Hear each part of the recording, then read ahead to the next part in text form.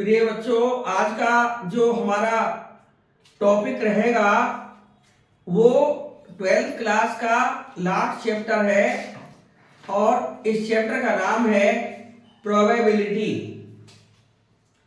Probability समझने के लिए बहुत सारे प्रयास किए जाते हैं। उन्हीं प्रयासों में से थोड़ा सा कंट्रीब्यूशन मेरी तरफ से भी होगा। तो हम प्रोबेबिलिटी को पढ़ने से पहले कुछ इंपॉर्टेंट बेसिक्स लेके चलेंगे जो कि प्रोबेबिलिटी में बहुत काम आते हैं। वैसे तो प्रोबेबिलिटी एक बहुत विशाल चैप्टर है। इसमें सेट थ्योरी से लगा के सारा मैथमेटिक्स का सारा ब्रह्मांड समा जाता है। प्रोबेबिलिटी एक ऐसा चैप्टर है। फिर भी जो भी इंपॉर्टेंट 12th क्लास में है चीजें उनको हम कराने जा रहे हैं। तो कुछ some basics related to probability है। इनमें सबसे पहले एक और बात मैं आपको बता दूं कि परमुटेशन कॉम्बिनेशन सेट थ्योरी का 3 चैप्टर्स का प्रोबेबिलिटी में बहुत बड़ा योगदान है। तो हमको कम से कम इन 3 चैप्टर्स की पूरी डेप्थ में जाके जानकारी होनी चाहिए। तो सबसे पहले हम थोड़ा सा पहले सेट थ्योरी के बारे में बताएंगे और उसके बाद हम आपको जो परमुटेशन कॉम्बिनेशन चैप्टर है उसके बारे में बताएंगे। उसके बाद कुछ और भी चीजें हैं उनको बताते चलेंगे। तो सबसे पहले हम सेट थ्योरी में जो यहां पर मेन चीज आती है वो होता है सैंपल स्पेस। ये मान लीजिए हमारा सैंपल स्पेस है और इसमें मान लीजिए कोई 2 सेट हमने लिए हैं। ज्यादा भी सेट हो सकते हैं। एक सेट ए है, एक सेट बी है। तो अब इसमें बहुत सारी बातें आती हैं, जैसे कि हम कहते हैं कि ये सेट ही क्या चीज है। तो सेट के बारे में पढ़ा हुआ है, फिर भी हम लिखे दे रहे हैं कलेक्शन ऑफ well defined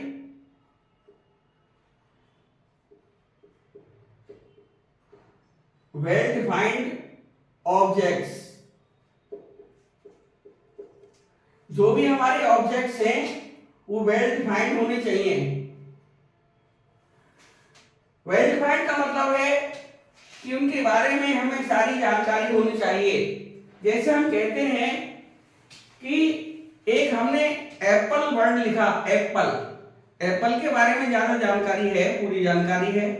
यदि हम उसी को PLPAE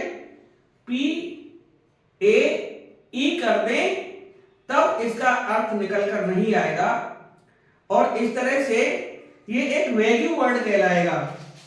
तो मैं एप्पल की बात कर रहा हूं, APPLE, ये मीनिंगफुल है।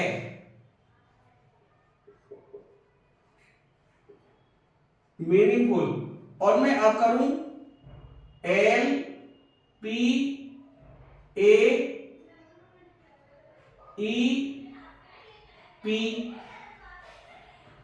ये कोई अर्थपूर्ण नहीं है, ये मीनिंगलेस है। मीनिंगलेस है, इसलिए इसको वैल्यू वर्ड कह सकते हैं। ये निरर्थक वर्ड है, इसका कोई अर्थ नहीं यहां पर निकल कर आ रहा। तो सेट के बारे में मान लीजिए एप्पल का ही सेट बनाएं। मान लीजिए सेट एस है, तो एस इजिकल टू आएगा A, P, L, E।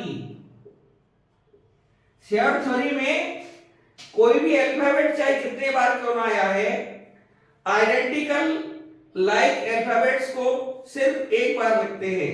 यहां पर एप्पल में P 2 टाइम्स आया है, लेकिन इसको एक बार ही लिखा जाएगा। और इसमें ऑर्डर का भी कोई मतलब नहीं है। हम इसको ऐसा भी लिख सकते हैं, E लिख सकते हैं, L लिख सकते हैं, P लिख सकते हैं, A लिख सकते हैं। तब भी ये सेम सेट कहलाएगा, क्योंकि इसमें ऑर्डर इमैटेरियल होता है। ऑर्डर इमैटेरियल, ऑर्डर का कोई ज्यादा इससे महत्व नहीं है। IMM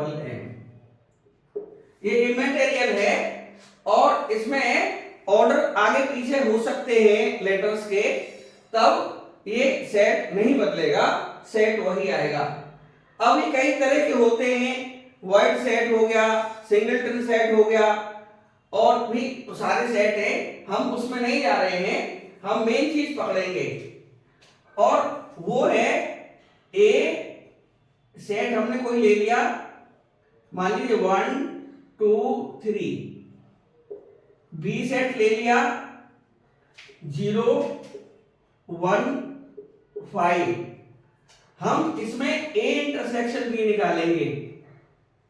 ए इंटरसेक्शन बी का मतलब है जो दोनों में आएगा, 1 दोनों सेट्स में आ रहा है, इसका आंसर 1 आ जाएगा। इसको यदि एल्जेब्रिकली लिखें तो इसको लिखेंगे x such that x belongs to A and x belongs to B। जो हमारा x है, ये जो वैल्यू x आई है, ये सब x ही होते हैं, ये सब x वैल्यूज होती हैं, इनमें से जो भी कॉमन लेटर आ जाएगा वही हमारा इंटरसेक्शन हो जाएगा। अब हम मान लीजिए A यूनियन B निकालते हैं। A यूनियन B में चाहे तो A में आए चाहे B में आए, इससे कोई मतलब नहीं पड़ता, दोनों के हम एलिमेंट्स लिख देंगे और कोई भी एलिमेंट बचेगा नहीं, सारे एलिमेंट्स इसमें लिख देंगे। जैसे 0 है, 1 है, 2 है, 3 है और 5 है। एल्जेब्रिकली इसको लिख सकते हैं x such that x belongs to A और x belongs to B। ये प्रोबेबिलिटी में काम आएंगी दोनों चीजें। एक हमारा a माइनस बी काम आएगा, a minus B is equal to a वाले लेटर से b के सारे लेटर हटा दीजिए, यानी 1 यहां पर 1 ही हट पाएगा क्योंकि इसमें 1 है, 0 5 a सेट में नहीं है, केवल 1 है तो 1 को नहीं लिखेंगे, तो हमारा 2 3 आंसर आ जाएगा। एलजेब्रा में इसको इस तरह से लिख सकते हैं कि x such that x belongs to A and x does not belong to B।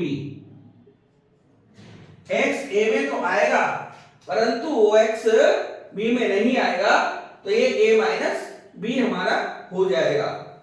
अब हम यदि इसके नंबर्स की बात करें, numbers in A is equal to देखें तो 3 है, नंबर्स इन B देखें वो भी 3 है, तो numbers of A is equal to 3, numbers of B is equal to 3। अब हम नंबर्स के बारे में चर्चा कर ले रहे हैं, ये 1 नंबर, ये 2 नंबर, ये 3 नंबर, ये 4 नंबर और 5 number. N A union B is equal to N A plus N B minus N A intersection B। यदि हम डायग्राम से देखें, वेन डायग्राम से, तो एक चर्चा का विषय बनेगा। U है, ये हमारा A सेट है, ये हमारा B सेट है, ये A हो गया, ये B हो गया। एन A यानी A का शेड, N का मतलब शेड भी है, एलिमेंट्स भी हैं। नंबर ऑफ एलिमेंट्स का मतलब सेट थ्योरी में शेड करना भी होता है, तो शेड करना NA plus NB minus NA intersection B, तो इसको हम NA इंटरसेक्शन B लिखते हैं, जो हमारा बीच का पार्ट आ रहा है, कॉमन है ये, इसको लिखेंगे NA इंटरसेक्शन B। इधर वाला जो पार्ट है, इस तरह से जो पार्ट हम कर रहे हैं कलर, ये वाला जो पार्ट आएगा ये ए में से ए इंटरसेक्शन भी कम कर दिया है, यानी N A minus N A intersection B. और ये वाला जो पार्ट आएगा इसे मैं dot dot dot dot dot dot dot dot dot dot dot कर रहा हूं, तो ये हमारा जो पार्ट आएगा डॉट वाला, ये बी में से N B minus N A intersection B कर दिया है। अब मैं सबको मिला दूं इनको, तो एन ए यूनियन बी का मतलब है ए और बी की ए इंटरसेक्शन बी के साथ में सारी शेड आ जानी चाहिए। तो देखिए यहां पर एन, ये वाला जो पार्ट है जो इस तरह से लाइनें जा रही हैं, वो n A minus N A intersection B है, यानी ये वाला पार्ट आ गया। ये वाला part n B minus N A intersection B आ गया। अब संयुक्त रूप से देखें तो मैं एन ए पूरा लिख रहा हूं, यानी दोनों जो हमारी लाइन बनी हुई है, हॉरिजॉन्टल लाइन और स्लैंट लाइन है N A minus N A intersection B को रिप्रेजेंट कर रही हैं, यानी N A minus N A intersection B. और जो हमारा जो ये लाइन है हॉरिजॉन्टल, ये एन ए इंटरसेक्शन बी को रिप्रेजेंट कर रही हैं, तो मैं दोनों को मिला के एन ए बोल सकता हूं। तो मैंने एन ए लिख दिया, ये लिखा हुआ एन ए का मतलब है N A minus N A intersection B, और इसके साथ में जो हमारा रिजल्ट आ रहा है N A minus N A intersection B, और इसके साथ में ये केवल एक ही शेड है, ओनली ए, और इस इंटरसेक्शन को और मिला दूं, यानी यूनियन कर दूं एन ए इंटरसेक्शन बी, तो हमारा पूरा का पूरा ये एन ए आ जाएगा। और एन बी हमारा इसी तरह से एन बी आ जाएगा। यहां पर ये वाला जो एन बी है ये आएगा N B minus N A intersection B union N A intersection B. और उसमें यदि बात करें तो एन बी पूरा आ गया, एन ए पूरा आ गया, एन ई पूरा आ गया, लेकिन एन इंटरसेक्शन बी 2 टाइम्स हो गया है। N intersection B N A के साथ भी आया और N A intersection B N B के साथ भी आया, तो डबल काउंट नहीं हो सकता, इसलिए बैलेंस बनाने के लिए एन ए माइनस बी यहां पर किया गया है। ये क्लियर हो गया होगा जहां तक मुझे विश्वास है, नहीं तो दोबारा देख लीजिए। ये कोई हमारा कुछ सेट है ए, ये सेट हमारा बी है, ये हमारा ए सेट है पूरा का पूरा, ये हमारा सेट बी है, ये हमारा इंटरसेक्शन पार्ट है। तो इतना जो व्हाइट पोर्शन है ये हमारा N A minus N A intersection B है, और ये वाला जो पार्ट है, ये वाला जो पार्ट है N B minus N A intersection B है। यानी हमने ये व्हाइट वाला पार्ट ले लिया, ये व्हाइट वाला पार्ट ले लिया, तो अब हमारे पास में ये जो पार्ट है ये एन ए इंटरसेक्शन बी है। यदि मैं एन ए की बात करूं तो एन ए कितना आएगा, यानी व्हाइट पार्ट, यानी व्हाइट प्लस शेडेड, या शेड लिख लें, ये कितना आएगा बी, एन बी कितना आएगा, एन बी आएगा white plus shade, white plus shade, और शेड का मतलब है N A intersection B, N A intersection B. अब देखिए 2 बार ये शेड आ रही है, 2 बार शेड आ रही है, लेकिन ये तो एक ही बार है। यदि फिगर को देखें तो शेड केवल एक ही बार है। तब हमने इसको लिखा था N A union B is equal to N A plus N B minus N A intersection B. अब तो बिल्कुल ही क्लियर हो गया होगा। अब इसको उतार लीजिए और फिर हम आगे चलते हैं। उतार लिया होगा, पॉज कर लीजिए, पॉज करके उतार लीजिए।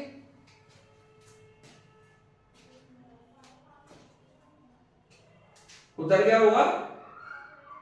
1 2 3। अब हम इसे इरेज कर रहे हैं सब।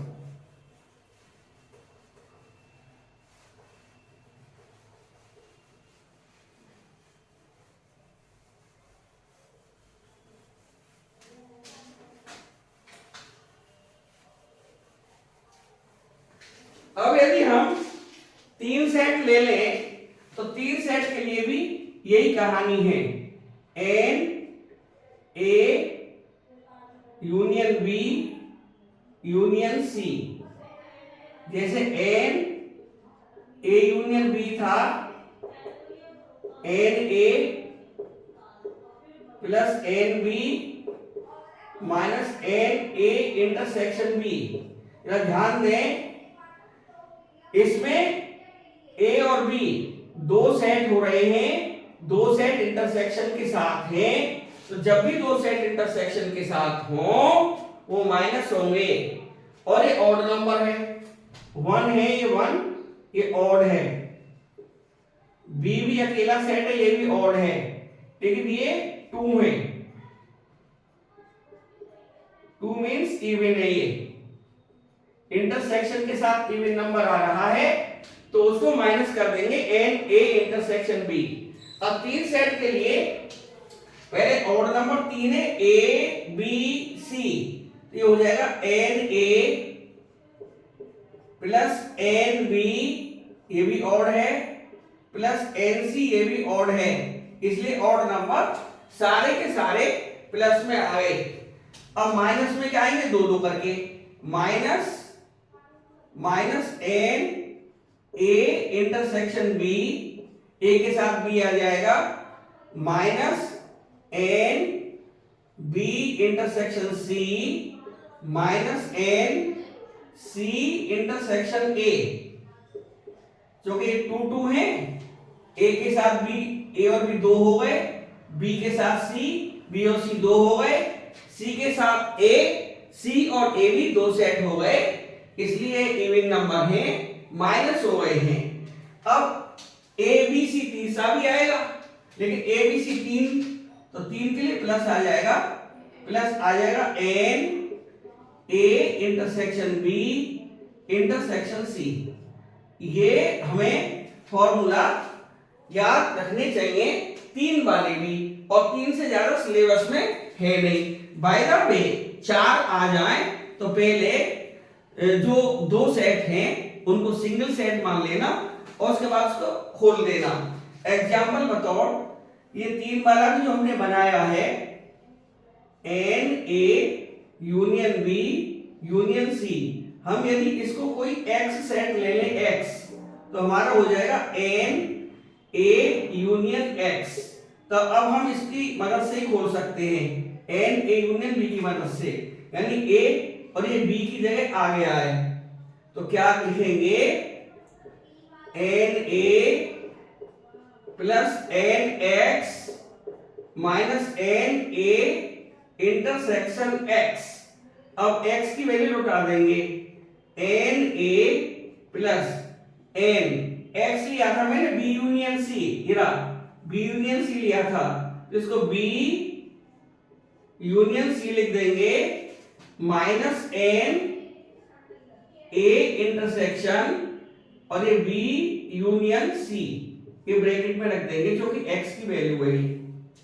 अब दोबारा देखें, एन ए प्लस, अब ए यूनियन बी की तरफ फिर खोल देंगे, तो N B plus N C minus N B intersection C minus N A intersection B. A intersection B distributive law में चला जाएगा, क्या होगा, N A intersection B union A intersection C. ये डिस्ट्रीब्यूटिव लॉ हो गया। Intersection distributes over union. Intersection union पर distribute हो जाता है, बढ़ जाता है, उसका वितरण हो जाता है। तो ये इंटरसेक्शन का यूनियन के साथ डिस्ट्रीब्यूशन हो जाता है। अब देखिए ये आया N A plus N B plus N C minus N B intersection C.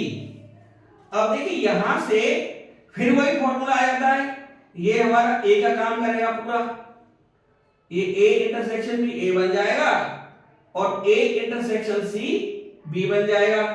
तो ये माइनस का साइन है, इसे ब्रैकेट में रखेंगे। तो पहला और दूसरा, यानी first N A intersection B plus N A intersection C minus, और दोनों का intersection N A intersection B intersection A intersection C. कोई जल्दी नहीं है, बहुत ध्यान से देख लो, कोई कठिनाई नहीं है इसमें। यहां पर जो ए इंटरसेक्शन बी है, ये ए का काम कर रहा है, थोड़ी देर के लिए इसे ए मान लें और थोड़ी देर के लिए ए इंटरसेक्शन बी को इंटरसेक्शन सी को बी मान लें। थोड़ी देर के लिए ए इंटरसेक्शन बी को ए मान लिया और ए इंटरसेक्शन सी को बी सपोज कर लिया। इसमें कोई बुराई नहीं है, क्योंकि मैथमेटिक्स का लॉ है simplicity is the fundamental to solve the problem. तो यहां पर N A plus N B plus N C minus N B intersection C, अब इस पर आइए, is equal to N A plus N B plus N C minus N B intersection C. अब bracket से पहले माइनस लग रहा है तो सब माइनस हो जाएंगे, minus N A intersection B minus N A intersection C.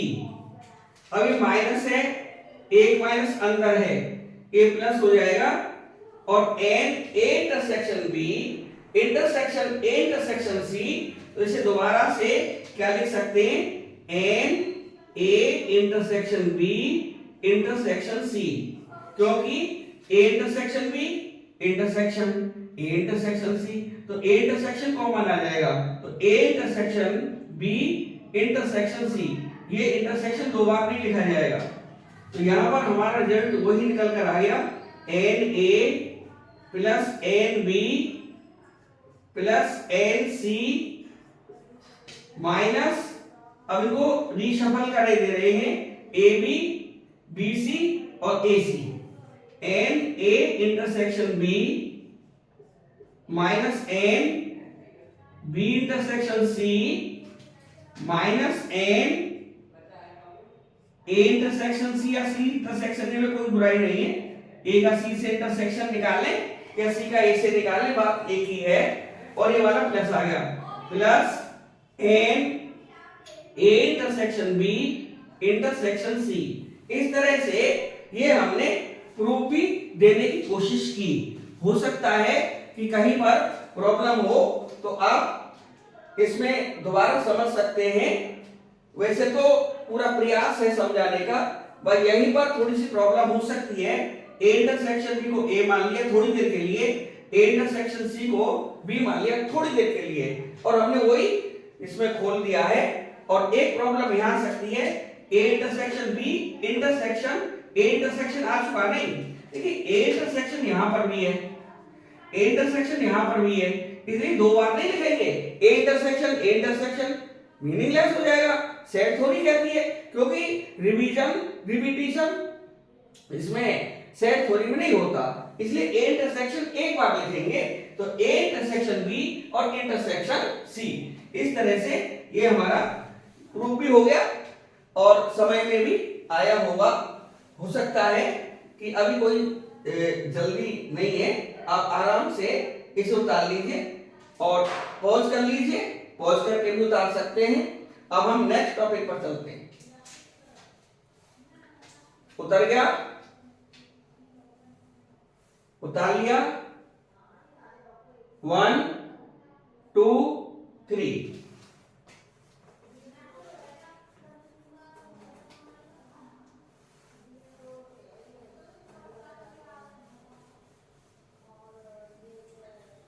तो 4-5 चीजें बड़ी सॉलिड यहां पर हुई हैं और इनको निकाला जा सकता है। एक सेट थ्योरी में नॉट ए बड़ा फेमस है। नॉट ए नंबर डाले ना, शायद ये 5वां 6ठा नंबर है, 6ठा नंबर है शायद। नॉट ए को ए बार लिखते हैं या इसको ए डैश भी लिख सकते हैं, दोनों एक ही बात है। इसको लिखा जाता है पूरे यूनियन में से सेट ए को माइनस कर दें या पूरे सैंपल स्पेस में से। ये हमारा यूनिवर्सल सेट है, ये हमारा कोई सेट ए है, ए को छोड़ दीजिए, ए को छोड़ दीजिए, तो ये हमारा जो शेडेड पार्ट है, जो भी शेडेड पार्ट है लाइक दिस, इस तरह से जो शेडेड पार्ट आया है हमारा, ये हमारा ए डैश या ए बार है, इसको नॉट ए लिख सकते हैं, ये बड़ा इंपॉर्टेंट है। 7वां ए माइनस बी को हम लिख सकते हैं A intersection, A intersection B dash. ये वेन डायग्राम से भी क्लियर है, यूनिवर्सल सेट है, ये दो सेट है हमारा, एक ए एक बी। ए में से बी का मतलब है जाना, ए में से पूरा बी छोड़ दीजिए तो ये वाली शेड बचेगी,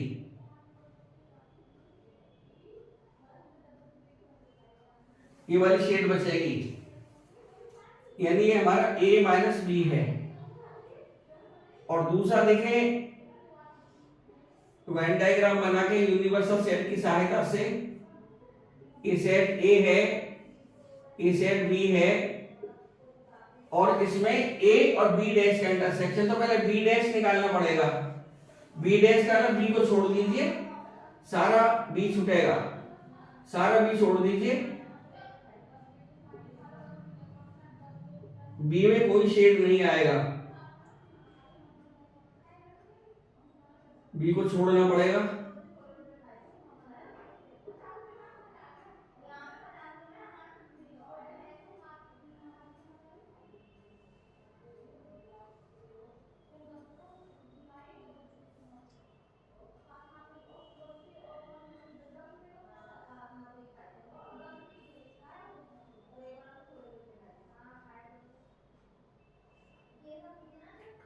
बी को छोड़ देंगे, बाकी तो सब कलर्ड हो जाएगा, सब में शेड आएगी।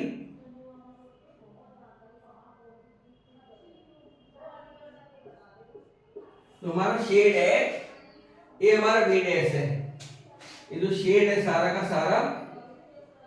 सारा शेड है, ये हमारा बी डैश है। अब ए में और बी डैश में कॉमन क्या आएगा, ए का पार्ट ही आएगा, तो बी डैश में और ए में कॉमन क्या आएगा, देखिए ये वाला पार्ट आएगा, ये चेक बन जाएगा। और हम देखते हैं कि दोनों शेड इक्वल हैं, यानी ये वाला जो शेड आया है,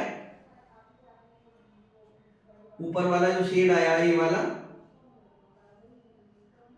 और नीचे वाला जो शेड आया है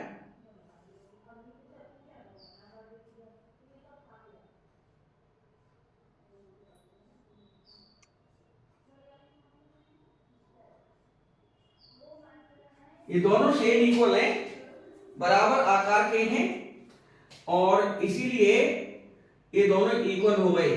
तो हमने जो फॉर्मूला लिखा था a minus B is equal to A intersection B dash, ये सर्वदा सत्य है। ये भी प्रोबेबिलिटी में काम आने वाली चीज है। अब देखिए, अभी हमने चर्चा की, अब इसे पॉज करके उतार लीजिए। उतार गया? 1 2 3।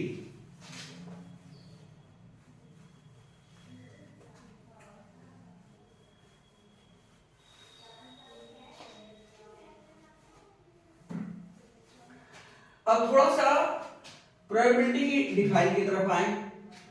प्रोबेबिलिटी है क्या चीज, पहले थोड़ा डिफाइन करते हैं। प्रोबेबिलिटी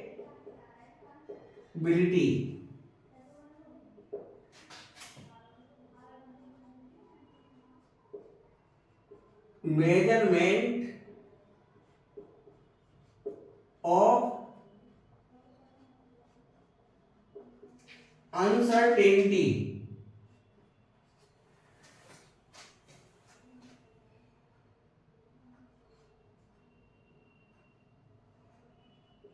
of any activity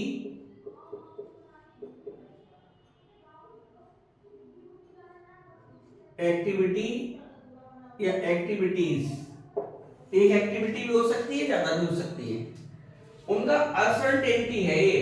जैसे हम कहें आज बारिश हो सकती है, इट में रेन टुडे, गारंटी नहीं है, बारिश हो भी सकती है, बारिश नहीं भी हो सकती।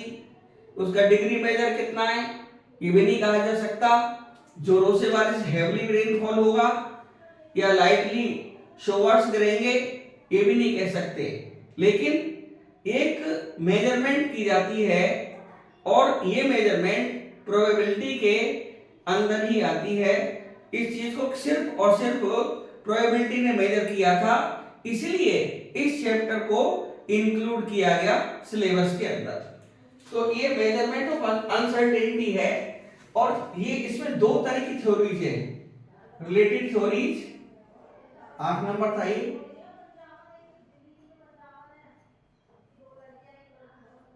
रिलेटेड थ्योरीज थी इसमें दो। एक तो थी क्लासिकल थ्योरी थी एक तो, और एक थी एक्सियोमेटिक अप्रोच।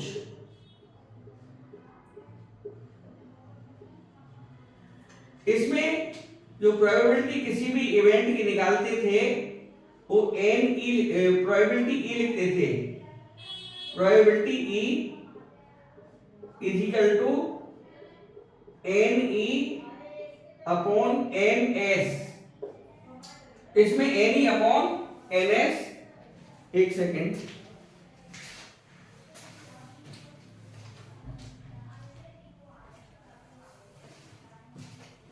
थोड़ा शोर है। N E upon n S किसको लिखते थे?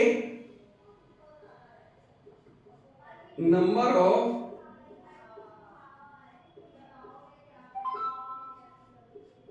Favourable outcomes upon total number of equally likely outcomes. ये हमारा ए पार्ट था और ये हमारा बी पार्ट है। ए पार्ट में क्लासिकल थ्योरी, इसके पीछे बहुत सारे मैथमेटिशियन साइंटिस्ट का बहुत बड़ा कंट्रीब्यूशन है। सबसे पहले तो ये निकल कर आई थी और इसमें ये अभी तक इसी तरह से निकालते हुए आ भी रहे थे, लेकिन इसमें थोड़ा सा हल्का सा ट्विस्ट दिया। ए एन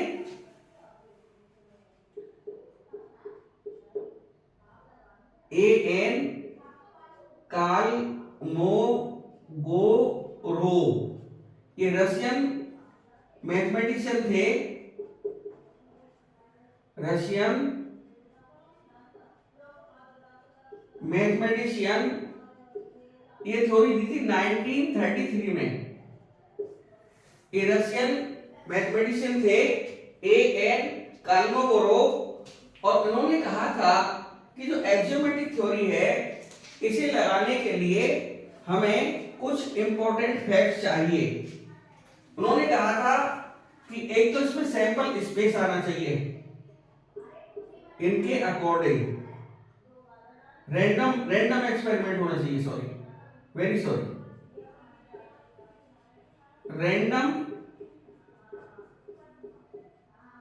एक्सपेरिमेंट जो वर्ड निकल कर आया था वो ए एन कालमोगोरोव की एक बुक लिखी उन्होंने प्रोबेबिलिटी के ऊपर, फाउंडेशन ऑफ प्रोबेबिलिटी, उन्होंने बुक भी लिखी है इन्होंने। वो बुक का नाम है,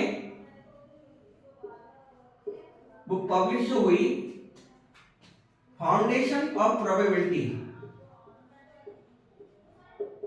foundation of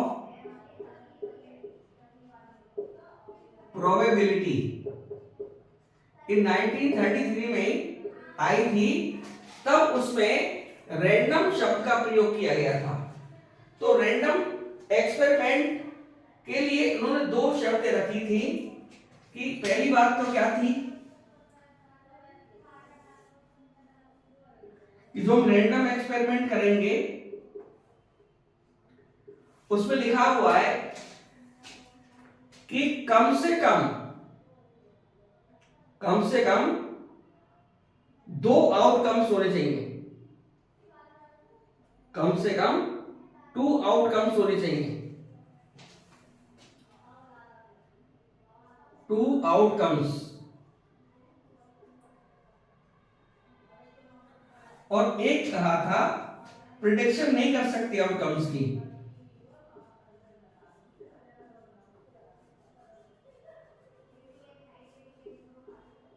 no prediction of outcomes. ऐसा लिखा हुआ है इनका कि कम से कम 2 आउटकम्स हो और कोई प्रेडिक्शन इसका नहीं किया जाएगा। उसी के बाद में उन्होंने एक सैंपल स्पेस भी कहा।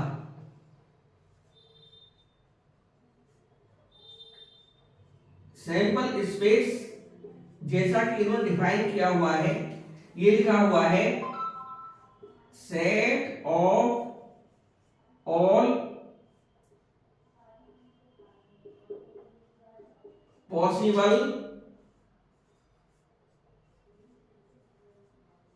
outcomes in the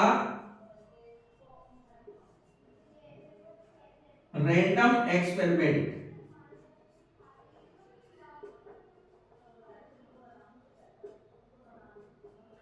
ये कोई फिजिक्स या केमिस्ट्री का एक्सपेरिमेंट नहीं है, ये रैंडम एक्सपेरिमेंट है। मान लीजिए मैं कोई कॉइन टॉस करता हूं, तो जब कॉइन टॉस होगा तो ये गारंटी नहीं है कि हेड ही आएगा, ये भी गारंटी नहीं है, टेल भी आ सकता है। तो उन्होंने कहा कि दोनों पॉसिबल हैं, लेकिन ये पॉसिबल रैंडम एक्सपेरिमेंट में आए हैं। इसलिए जो ही पॉसिबल आउटकम्स है रैंडम एक्सपेरिमेंट के, उनका जो सेट है, मान लीजिए मैंने कॉइन को टॉस किया, कॉइन टॉस, तब उन्होंने कहा था sample space S is equal to head और टेल, कुछ भी आ सकता है, आगे पीछे भी लिख सकते हैं, टेल पहले लिख दें, हेड बाद में लिख दें, तब भी कोई बात नहीं है। तो सैंपल स्पेस की इस concept A N कालमोगोरोव Russian mathematician इन 1933 निकल कर आई। तो उन्होंने ऐसी ही बात कही कि कम से कम 2 आउटकम्स हों और प्रिडिक्शन आउटकम्स के बारे में कोई भी नहीं कर सकता, यहां तक कि कोई मैजिशियन भी नहीं कर सकता। मैजिक ट्रिक्स दिखा सकता है लेकिन भविष्यवाणी प्रिडिक्शन वो भी नहीं कर सकता। यहां तक उतार लो।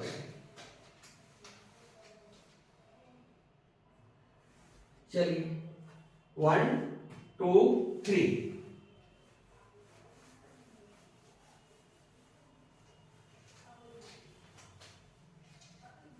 अब देखिए इसी चीज को ध्यान में करते हुए अब प्रोबेबिलिटी के बारे में थोड़ा सा पढ़ेंगे। अभी बीच बीच में और भी बहुत सारी चीजें। अभी हमने कहा था कि N A union B is equal to N A plus N B minus N A intersection B. ये हमारा सैंपल स्पेस था।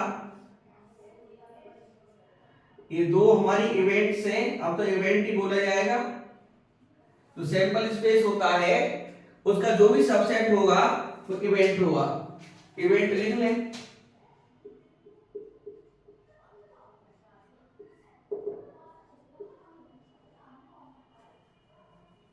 Any line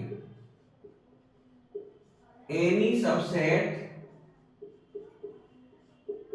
of sample space, any subset of sample space। अब ये हमारा सैंपल स्पेस है, अब union नहीं चलेगा और उसमें हमारी दो इवेंट्स हैं, एक इवेंट ए है एक इवेंट बी है, एन ए यूनियन बी। तो इसका जो टोटल नंबर बैठेगा स्पेस का एन एस बैठेगा, ठीक है। और प्रोबेबिलिटी जो क्लासिकल थ्योरी है उससे निकालें तो सब दोनों साइडों में एन एस का डिवाइड हो जाएगा। N S N S N S N S. तो ये हमारी प्रोबेबिलिटी की डिफाइन जो थी, प्रोबेबिलिटी ऑफ ई इवेंट, उसमें हम लिखते थे n E upon n S. जरा इससे कंपेयर मारिए, इसका कंपेयर करेंगे तो probability of A union B पड़ेगा। ये probability A union B is equal to, इसका इससे कंपेयर मारिए तो ये प्रोबेबिलिटी ए आएगा प्लस प्रोबेबिलिटी बी आएगा और ये minus probability A intersection B आएगा। इस तरह से हमें एक फॉर्मूला भी मिल गया, लेकिन सेट थ्योरी के बिना नहीं मिलता, इसलिए सेट थ्योरी को हमने पहले इंक्लूड किया था। तो probability of A union B is equal to probability A plus probability B minus probability A intersection B. इसी तरह से हम 3 वाले भी निकाल सकते हैं, 4 वाले भी निकाल सकते हैं, जो कि मैं बता चुका हूं। तो इस तरह से हम काफी मदद ले रहे हैं सैंपल स्पेस की, और ये तो तरीका होगा। चलिए बिता दें।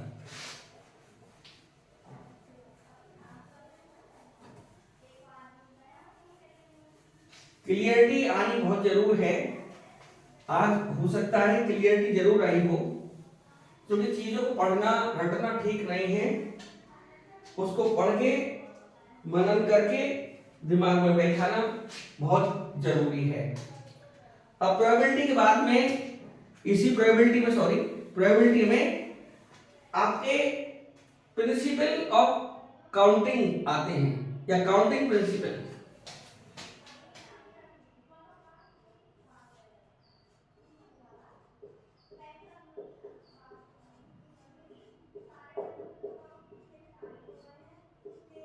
काउंटिंग प्रिंसिपल ये 2 तरह के होते हैं, और टाइप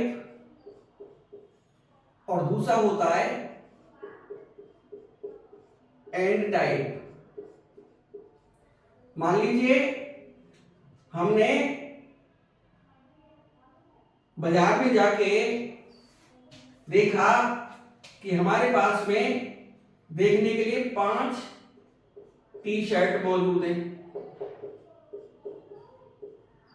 और मान लीजिए 5 हमारे पास में शर्ट है। हमसे कहा गया कि या तो टी शर्ट ही खरीद लो या शर्ट ही खरीद लो। तो हमने क्या किया कि हमने एक ही चीज खरीद पाई। तो लेकिन हमारे पास ऑप्शन तो है, लेकिन 5 टी शर्ट खरीदने का ऑप्शन है, 5 शर्ट खरीदने का ऑप्शन है। यदि और लगाएं हम तो हमारे पास में 5 + 5 10 ऑप्शंस हैं। ये हमारे वेज हो गए 10 वेज, जिनमें कि हम अपना चुनाव कर सकते हैं टी शर्ट का या शर्ट का। अब एन टाइप में क्या, वही मान लीजिए हमारे पास में चीजें मौजूद हैं, 5 टी शर्ट 5 शर्ट, और हमसे कह दिया कि दोनों ले सकते हो। तो दोनों ले सकने का मतलब क्या है, एंड आ रहा है और एंड में मल्टीप्लाई होगी। याद रखना और प्लस के लिए आता है और एंड मल्टीप्लाई के लिए आता है। तो यहां पर आपके वेज हो जाएंगे, टोटल नंबर ऑफ वेज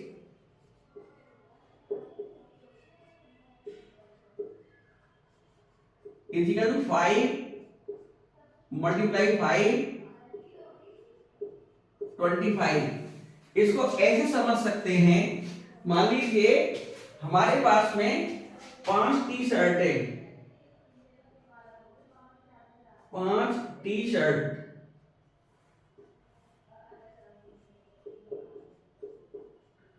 पांच टी शर्ट को हमने लिख लिया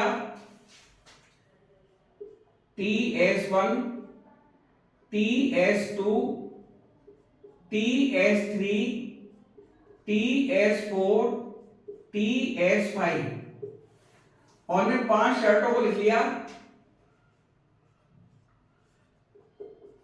5 शर्ट्स को हमने लिख लिया S1, S2, S3, S4 और S5।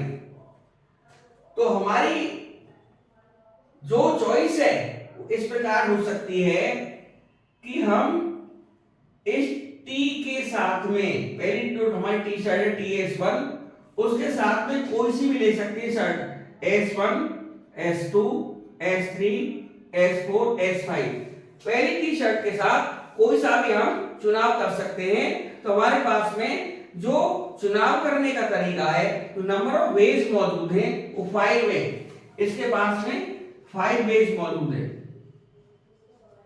या हम ऐसा कर सकते हैं कि अगली वाली के साथ में 5 मौजूद है ऑप्शन, तो ये 5 वेज हो जाएंगे, 5 वेज, इसके साथ ही 5 वेज हो जाएंगे, इसके पास ही 5 वेज हो जाएंगे, इसके पास ही 5 वेज हो जाएंगे।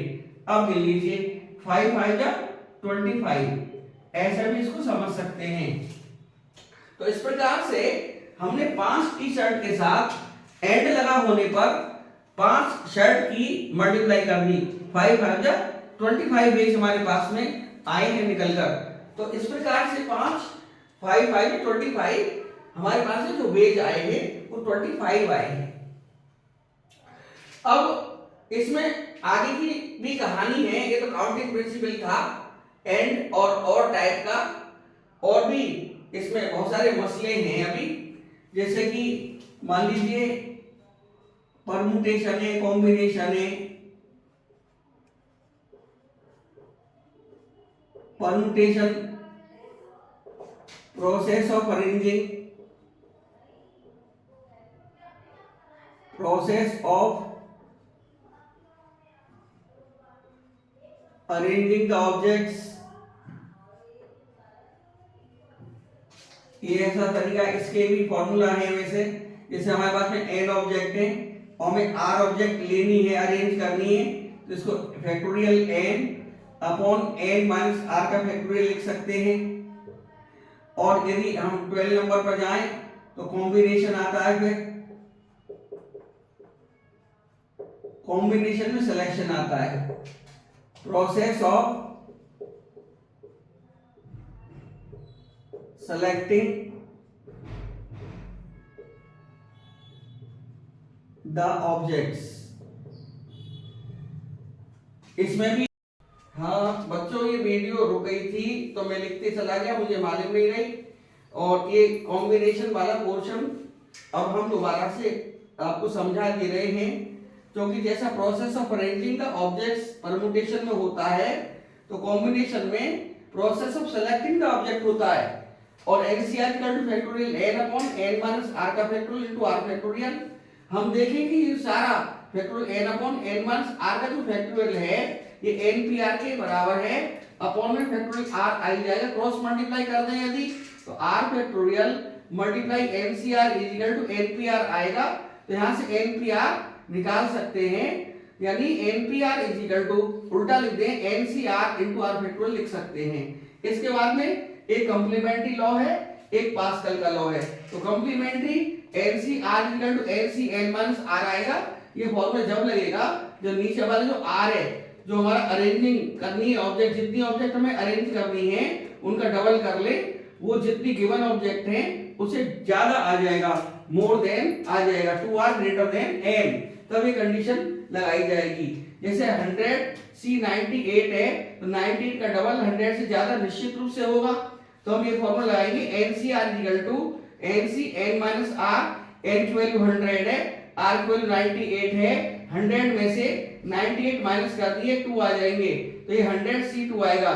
इस शॉर्टकट तरीका भी बिना फॉर्मूला के भी कर सकते हैं। ये NCR में, और इसको नीचे 2 आया है तो 2 फैक्टर करने पड़ेंगे, 3 आता तो 3 फैक्टर करने पड़ते, और यहाँ पर 2 ही फैक्टर है और इनको डिसेंडिंग ऑर्डर में लिखेंगे, 100 इंटू 99, इसी तरह से अपॉन में 2 इंटू 1 काट देंगे, 2 से 50 टाइम्स, 50 की मल्टीप्लाई कर लेंगे 99 में, 0 5 9 जा 45, 5 9 जा 45 एंड 4 49, तो 49 50 इसका आंसर आ जाएगा। और लास्ट में जो पास्कल्स का लॉ है वो NCR plus NCR minus 1 equal to n plus 1 CR आता है, यही प्रोबेबिलिटी में देखने को मिलता है। तो आज के वीडियो में हमने काफी बेसिक्स बताने की कोशिश की और आपको समझ में जरूर आया होगा। अगले वीडियो में कुछ बेसिक्स के साथ और प्रोबेबिलिटी कुछ एग्जांपल के साथ आपसे फिर मुलाकात होगी। तब तक के लिए धन्यवाद।